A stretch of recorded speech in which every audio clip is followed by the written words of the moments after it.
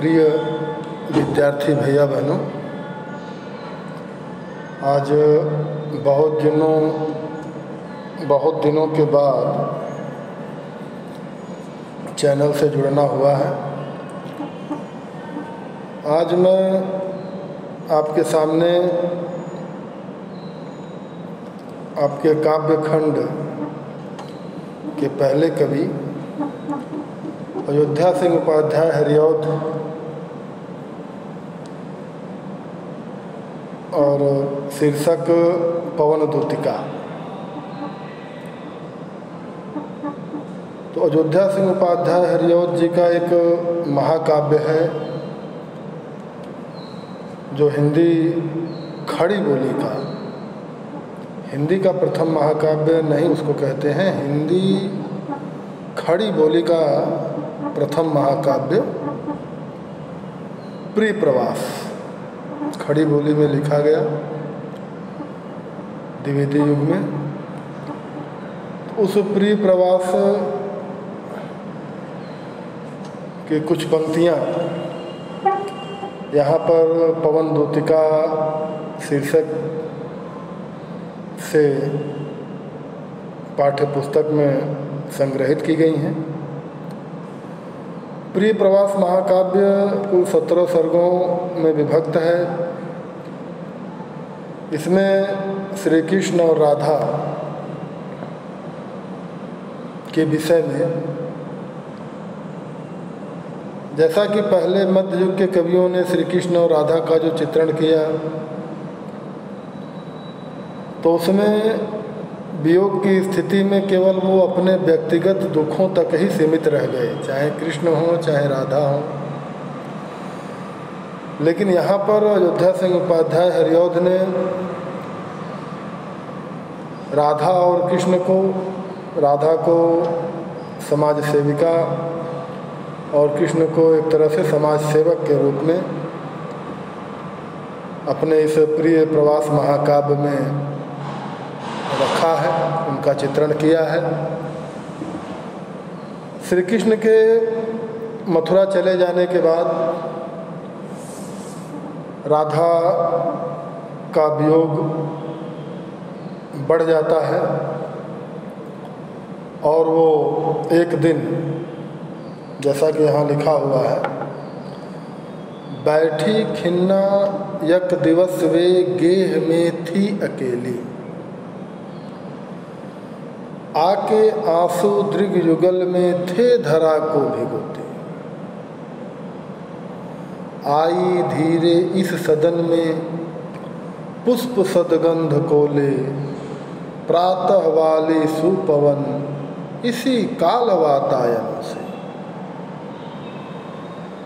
तो श्री कृष्ण के मथुरा चले जाने के बाद राधा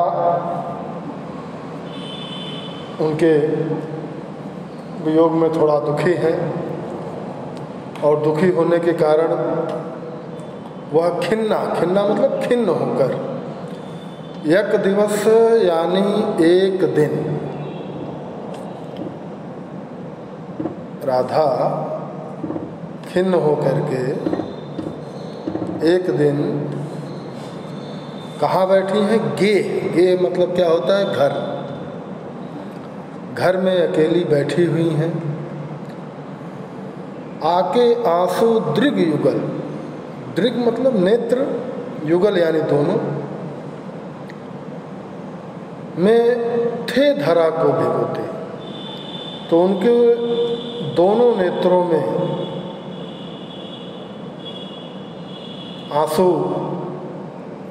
आंसुओं की जो धार बह रही थी,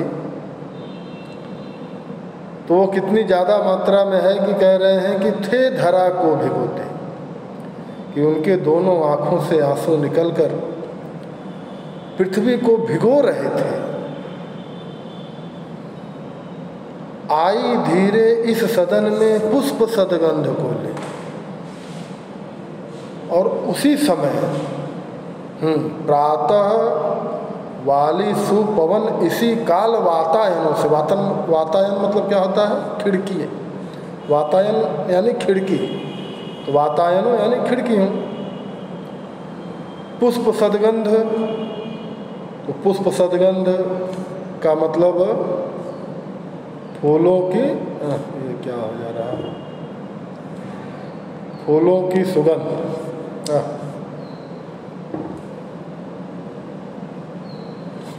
पुष्प सदगंध यानी फूलों की सुगंध को लेकर, सदगंध। उसी समय आई धीरे, सदन मतलब घर, तो जिस घर में वो बैठी हुई थी, तो उसी समय फूलों की सुगंध को लेकर या फूलों की सुगंध से परिपूर्ण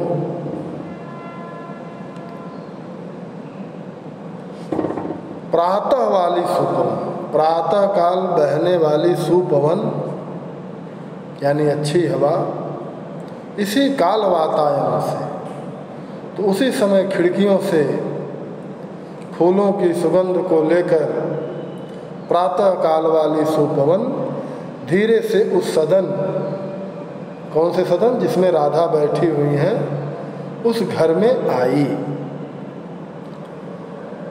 तो संतापों को विपुल बढ़ता देख के दुखिता हो,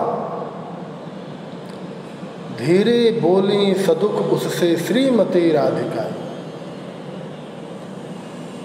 तो प्रातः काल की वह सुपवन जो फूलों की सुगंध को लेकर आई, तो उसके कारण राधा का जो विरह है वह और अधिक बढ़ जाता है। हाँ, तो और अधिक बढ़ जाता है। तो अपने संतापों को, संताप यानी कष्ट, दुख, तो सुगंधित वायु से अपने दुखों को विपुल बढ़ता देख, विपुल यानी बहुत अधिक बढ़ता हुआ देखकर और दुखित होकर के धीरे बोली सदुख उससे श्रीमती राधिका। सदुख यानी दुख पूर्वक, तो अपने कष्टों को और अधिक बढ़ता देखकर श्रीमती राधिका उससे सदुख यानी दुख पूर्वक बोली। तो क्या बोल रही है? प्यारी प्रातः पवन इतना क्यों मुझे है सताती, कि हे प्यारी प्रातः काल वाली पवन, तुम मुझे इतना क्यों सता रही? क्या तू भी है कलुषित हुई काल की क्रूरता से? कलुषित, कलुषित का तात्पर्य दुखित, अरे नहीं दुखित नहीं, दूषित। कलुषित मतलब दूषित, दुखित नहीं दूषित।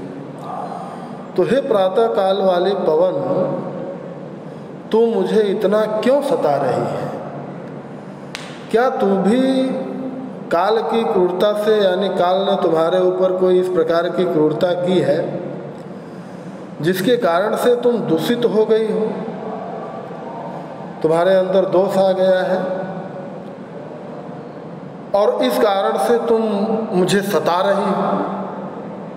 क्योंकि एक तो मेरे कष्ट वैसे ही बढ़े हुए हैं श्री कृष्ण के जाने के बाद,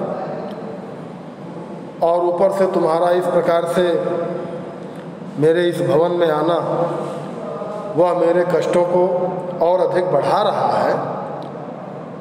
तो क्या तुम्हारे ऊपर भी कभी काल ने किसी इस प्रकार की क्रूरता दिखलाई है कि जिसके कारण से तुम दूषित हुई हो? मेरे प्यारे नव जलद से कंज से नेत्र वाले, जाके आए न मधुबन से और न भेजा संदेशा। मैं रो रो के प्रिय विरह से बावली हो रही हूँ, जाके मेरी सब दुख कथा श्याम को तू सुना दे। तो अब वो पवन से कह रही है,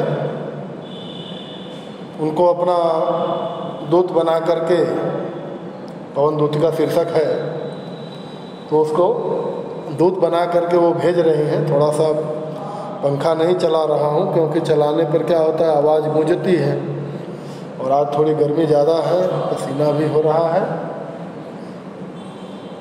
तो मेरे प्यारे नव जलद से कंज से नेत्र वाले। तो नव जलद का तात्पर्य क्या होता है?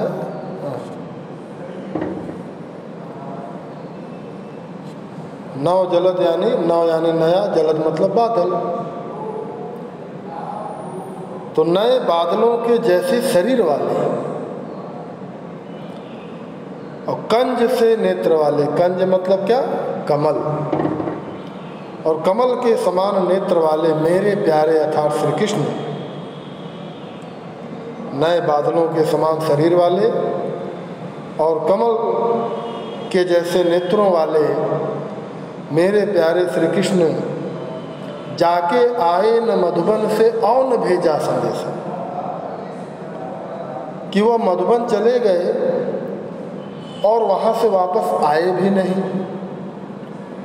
और न भेजा संदेशा, और ना तो कोई ऐसा संदेशा भेजा कि भाई चलो फला जगह, अरे फला तिथि को मैं आ जाऊँगा। जैसे आजकल क्या होता है, मोबाइल है तो आजकल तो तुरंत सूचनाओं का आदान प्रदान हो जाता है। पहले के समय में संदेश वाहक हुआ करते थे, किसी से व्यक्ति अपने संदेशों को भिजवाता था। तो मधुबन गए और लेकिन वहाँ से आए भी नहीं और न भेजा संदेशा, और न तो कोई संदेशा भेजा। और इस कारण से क्या मेरी स्थिति है, मेरी दशा कैसी हो रही कि मैं रो रो के प्रिय विरह से बावली हो रही।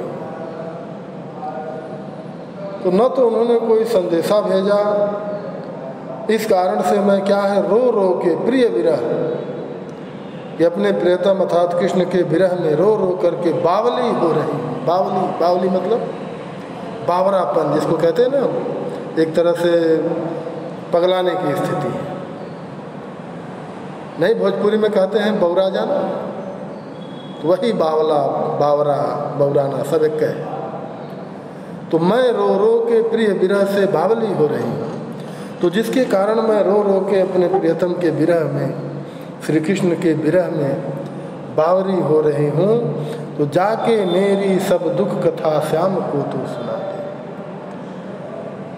तो मेरी ये सब दुख कथा, दुख भरी मेरी यह कथा तो जा करके किसको सुना दे? श्याम को तो सुना दे।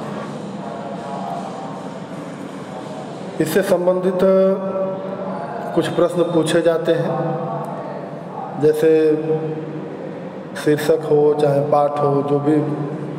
तो पाठ का नाम और उसके लेखक का पहला प्रश्न तो यही हो जाता है कि इस पद्यांश के पाठ और उसके कवि का नाम लिखिए।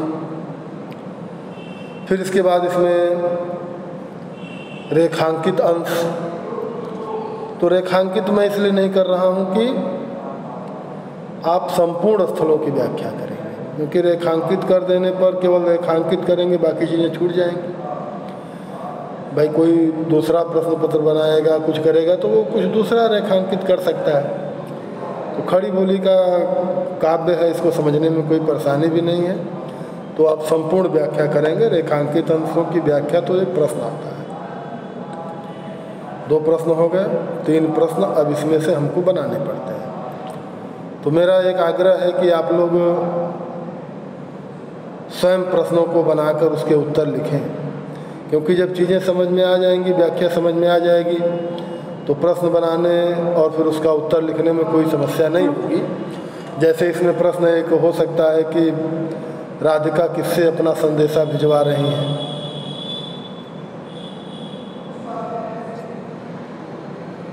फूलों की सुगंध को लेकर पवन किधर से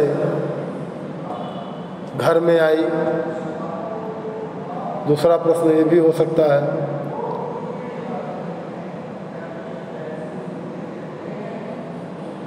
और राधिका किसके विरह में बावरी हो रही हैं। तीसरा प्रश्न यह भी हो जाएगा। और भी बहुत से प्रश्न यहाँ पे हो जाते हैं। तो इस प्रकार से आप इस व्याख्या को, इससे संबंधित प्रश्न और इसके उत्तरों को लिखेंगे। आज के लिए बस इतना ही। धन्यवाद।